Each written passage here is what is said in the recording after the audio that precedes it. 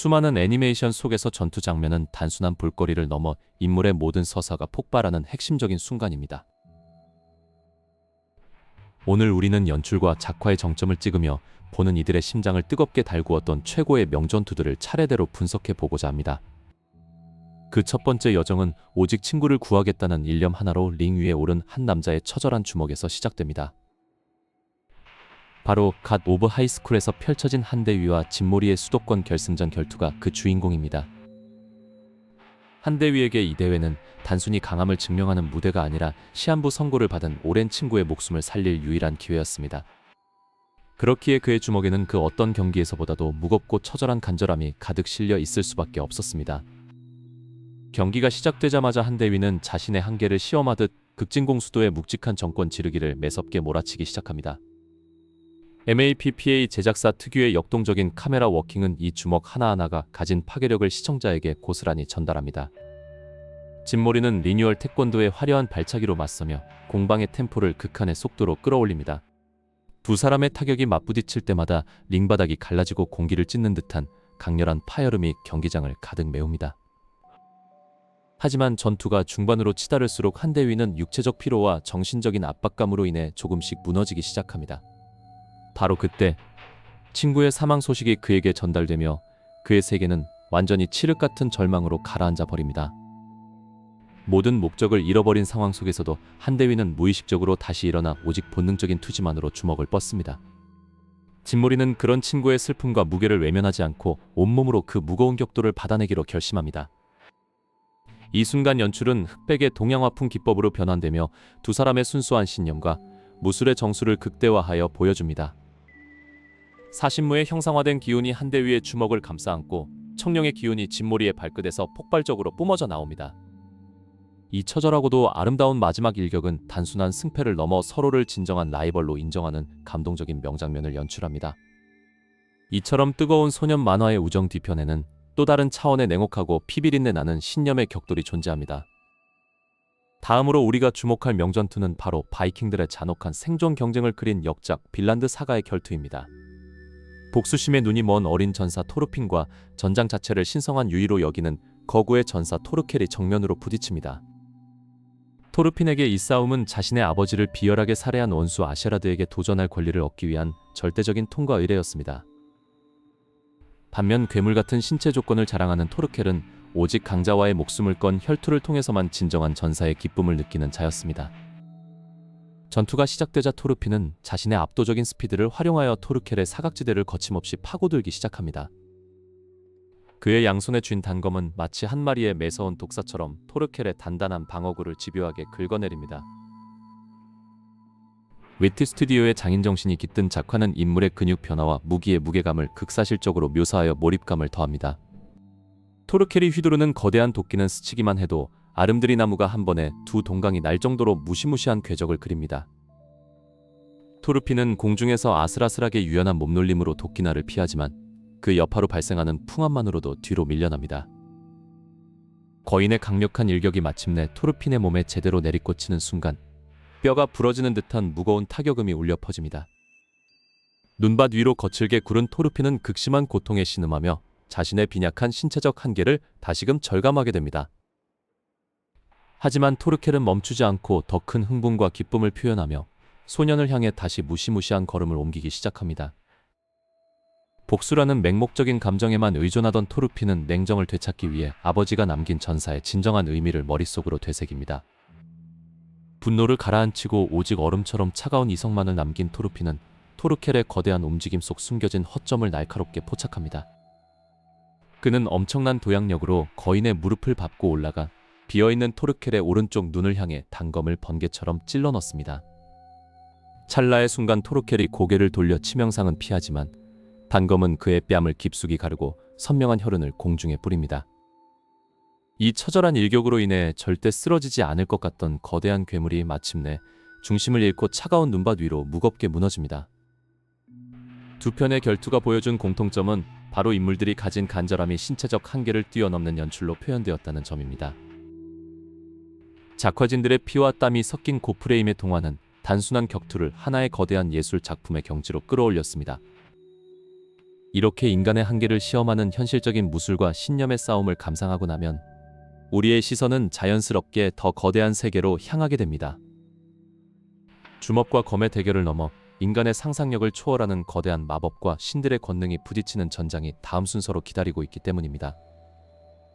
과연 이 현실적인 액션의 전율을 단번에 압도할 만큼 화려하고 압도적인 스케일의 마법 합동 훈련과 신들의 전쟁은 어떤 모습을 하고 있을까요? 앞서 보았던 현실적인 6탄전의 전율을 이어받아 이번에는 마법 기사단 최고의 정점들이 한자리에 모인 역사적인 순간으로 향해봅니다. 블랙클로버의 수많은 명장면 중에서도 단장들이 전력을 다해 부딪히는 합동훈련은 그야말로 연출의 극치를 보여주는 시퀀스입니다. 화면을 가득 채우는 야미 단장의 거대한 암흑 마법이 허공을 가르며 어둠의 구체를 형성하기 시작합니다. 이에 맞서 윌리엄 단장은 세계수 마법의 거대한 뿌리들을 대지 밑바닥에서부터 요동치게 만들며 하늘로 뻗어 올립니다. 붉은 화염의 날개를 펼친 푸에고레온 단장이 순식간에 공중으로 솟구쳐 오르며 전장을 뜨겁게 달굽니다. 푸에고레온 단장의 불길에 대항하듯 노젤 단장의 수은 마법이 수만 개의 은빛 창으로 변하여 허공을 촘촘히 메웁니다. 두 상반된 원소의 거대한 힘이 허공에서 정면으로 충돌하며 하얗고 뜨거운 수증기 폭발을 일으킵니다. 샬롯 단장은 가시 돋친 거대한 푸른 장미 넝쿨들을 채찍처럼 휘두르며 노젤의 방어벽을 사정없이 몰아붙입니다. 잭 단장은 광기 어린 웃음을 터뜨리며 그의 양손에 깃든 전신의 칼날을 교차해 푸른 넝쿨들을 잘게 조각냅니다. 도로시 단장의 마법이 발동되는 순간 전장의 절반이 환상적인 꿈의 세계로 흡수되며 기괴한 왜곡이 일어납니다. 이 치열한 난전 속에서 릴 단장은 자신의 거대한 붓을 휘둘러 그린 마법의 환수들을 끝없이 창조해냅니다. 마침내 모든 단장들의 최강 마법들이 전장의 중심부로 모여들며 거대한 에너지의 폭풍을 형성합니다. 야미 단장의 차원참이 이 모든 마법의 소용돌이를 수직으로 갈라버리며 연출의 화려함은 정점에 달하게 됩니다. 단장들의 경이로운 합동기동이 마무리되면서 화면은 인간의 영역을 넘어선 신들의 전쟁터로 자연스럽게 전환됩니다. 페이트 그랜드 오더 절대마수전선 바빌로니아의 절대적 존재인 케찰코아틀이 마침내 최후의 전면에 나섭니다. 그녀의 눈앞에 펼쳐진 것은 세상을 종말로 이끌려는 거대한 악의 화신인 티아마트의 본체였습니다. 인류의 생존을 걸고 케찰코아틀은 자신의 신경마저 불태우며 최후의 보고를 발동하기 위한 준비를 마칩니다. 그녀는 거대한 태양의 흑점을 소환하듯 대기권을 뚫고 내려오는 불타는 운석의 형태로 변신합니다. 하강하는 그녀의 전신을 감싼 불꽃은 수천 도의 열기를 뿜어내며 공기마저 팽창시켜 거대한 충격파를 만듭니다. 마침내 그녀의 전설적인 보구인 피에드라 델 솔이 가동되며 지상의 거대한 태양 재단이 환영처럼 솟아오릅니다.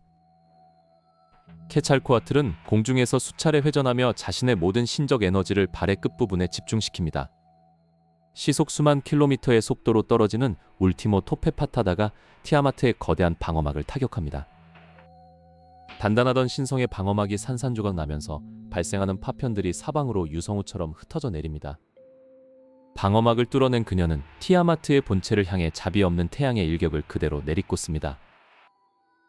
그 충격으로 바빌로니아의 거대한 대지가 통째로 뒤흔들리며 끝없는 지각 변동이 시작됩니다. 자신의 신행마저 완전히 소멸해 가면서도 그녀는 인류의 미래를 위해 마지막 한 방울의 힘까지 쥐어짜냅니다. 거대한 신화적 폭발이 서서히 가라앉으며 전장은 다시 연기와 침묵 속으로 빠져들게 됩니다. 신들의 장엄한 희생을 뒤로하고 이번에는 어두운 미궁 깊은 곳에서 펼쳐지는 두 괴물의 숙명적 매치로 시선을 옮깁니다. 던전에서 만남을 추구하면 안 되는 걸까의 가장 기념비적인 전투인 벨크라넬과 아스테리우스의 재회입니다. 전생의 패배를 기억하는 거대한 미노타우로스 아스테리우스가 어둠 속에서 거친 숨을 내쉬며 거구를 드러냅니다. 벨은 자신의 나이프를 고쳐주며 심장의 고동 소리와 함께 내면의 영웅선율인 아르고노트를 충전하기 시작합니다. 아스테리우스가 거대한 도끼를 지면에 끌며 폭풍 같은 속도로 벨을 향해 돌진해 옵니다. 벨은 아슬아슬한 타이밍에 몸을 날려 거대한 도끼의 수직 하강 궤적을 피해냅니다. 착지와 동시에 벨은 번개 같은 속도로 파고들어 아스테리우스의 거대한 장단지에 깊은 자상을 남깁니다. 고통에 찬 비명을 지른 괴물은 거대한 왼팔을 휘둘러 벨의 몸을 벽면을 향해 강하게 날려버립니다. 등 뒤로 전해지는 극심한 통증 속에서도 벨은 눈동자의 초점을 잃지 않고 다시금 검을 단단히 움켜쥡니다. 아르고노트의 종소리가 마침내 전장에 청아하게 울려 퍼지며 벨의 나이프가 터질 듯한 백색 섬광을 뿜어냅니다. 아스테리우스 역시 자신의 붉은 도끼의 모든 마력을 집약시켜 평생의 라이벌을 끝장낼 준비를 마칩니다. 두 존재는 오직 서로만을 바라보며 지면을 박차고 나가 최후의 대충도를 향해 일직선으로 격돌합니다. 마침내 두 무기가 정면으로 맞부딪히는 그 순간 던전 전체가 마비될 정도의 거대한 충격과 함께 화면이 거칠게 암전됩니다. 이 종족을 초월한 비장한 결투의 승자가 누구일지 채 확인하기도 전에 저 멀리 동양의 밤하늘에서 흐르는 기묘한 기운이 우리를 부릅니다. 수많은 이들의 눈시울을 적셨던 남매의 눈물겨운 유대와 그 뒤에 도사리는 절대적인 마왕과의 조우가 기다리고 있습니다. 과연 인간의 한계를 시험하는 밤가이의 붉은 증기와 전 세계 애니메이터들을 경악하게 만든 폭주의 끝은 어디일까요?